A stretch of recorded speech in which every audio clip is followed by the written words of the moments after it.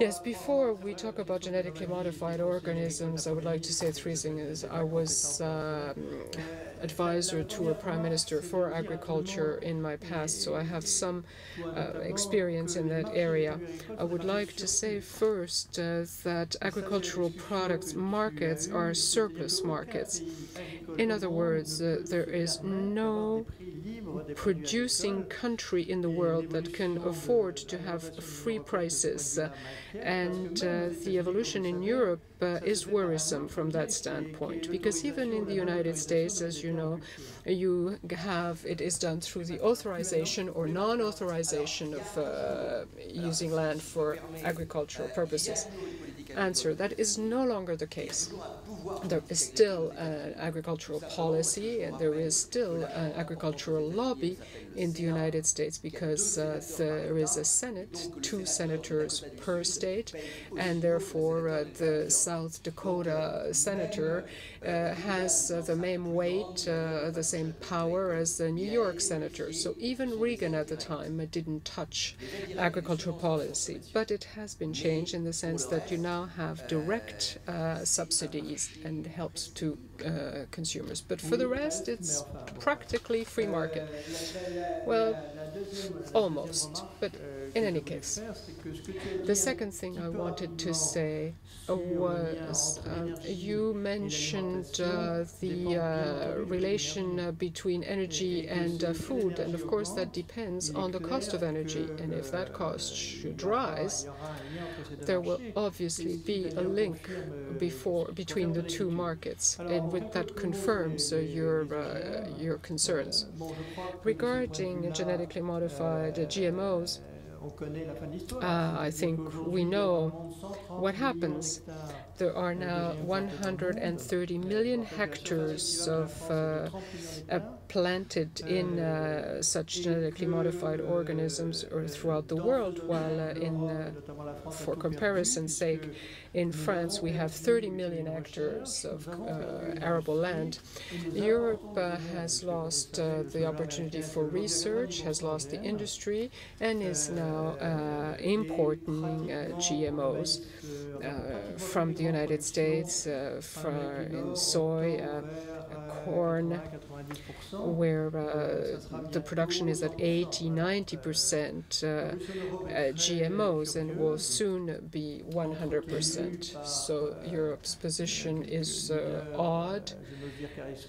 It is due to some charismatic leaders, such as Mr. Beauvais, for example, who would have the French belief that these genetically modified organisms are dangerous. But in fact, I realize that most people have no idea what a GMO is. I will give you an example, Monsanto 810, and I will leave it at that. In 1910, a bacteria, the Thuringius bacteria, was found to have insecticidal effects on larvae, for example. And so in organic agriculture, you can, and of course producers do it, you can use this bacteria, Thuringia bacteria, and so that is what you are consuming when you consume organic food.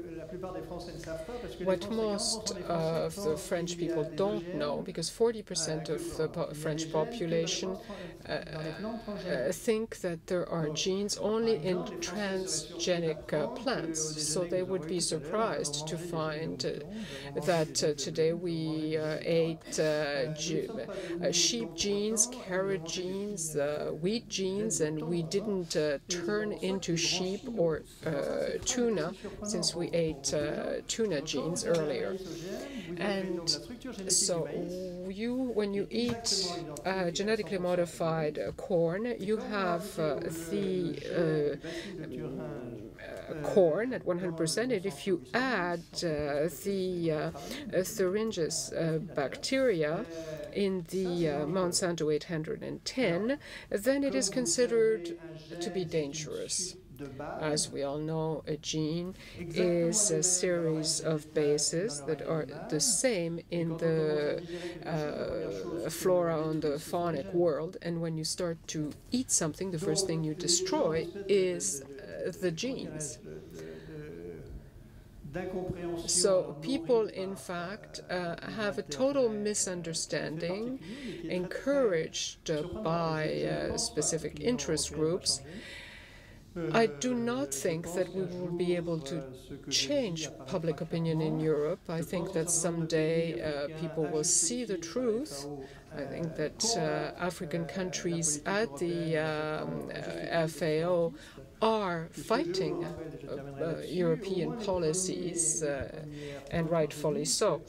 I will remind you that the first transgenic plants were used to reduce the use of pesticides, of chemicals, in fact. If you see the fields in sub-Saharan Africa, you see farmers spraying, walking around with sprayers and breathing it in. Well, if you have a genetically modified plant, you do not need to use these pesticides, and the gene is dormant anyway. When you eat bread, you eat wheat genes, but you don't eat the plant. The plant is latent in the seed, should you replant it. So this idea that when you consume a gene, you actually ingest the potential of the gene is a really disheartening notion. But I don't know how we can educate Europeans. I am an agronomist, and agronomists spend their lives selecting genes. So instead of going and fishing with a wide net, you just select genes. So all countries have understood this, except for France, Germany, and Austria. And they have practical monopoly. As you know, it was an American association that paid for bail for Mr. Beauvais. And you sort of wonder in whose interest is it to see him free.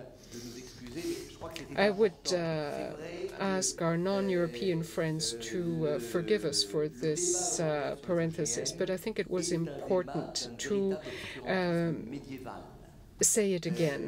The debate, the European debate on GMOs takes us back to the Middle Ages, to the Dark Ages, really. And you find yourself in a situation where you can compare the position of Monsanto at the world level to that of Microsoft, in fact. It is an important key to understand the issue.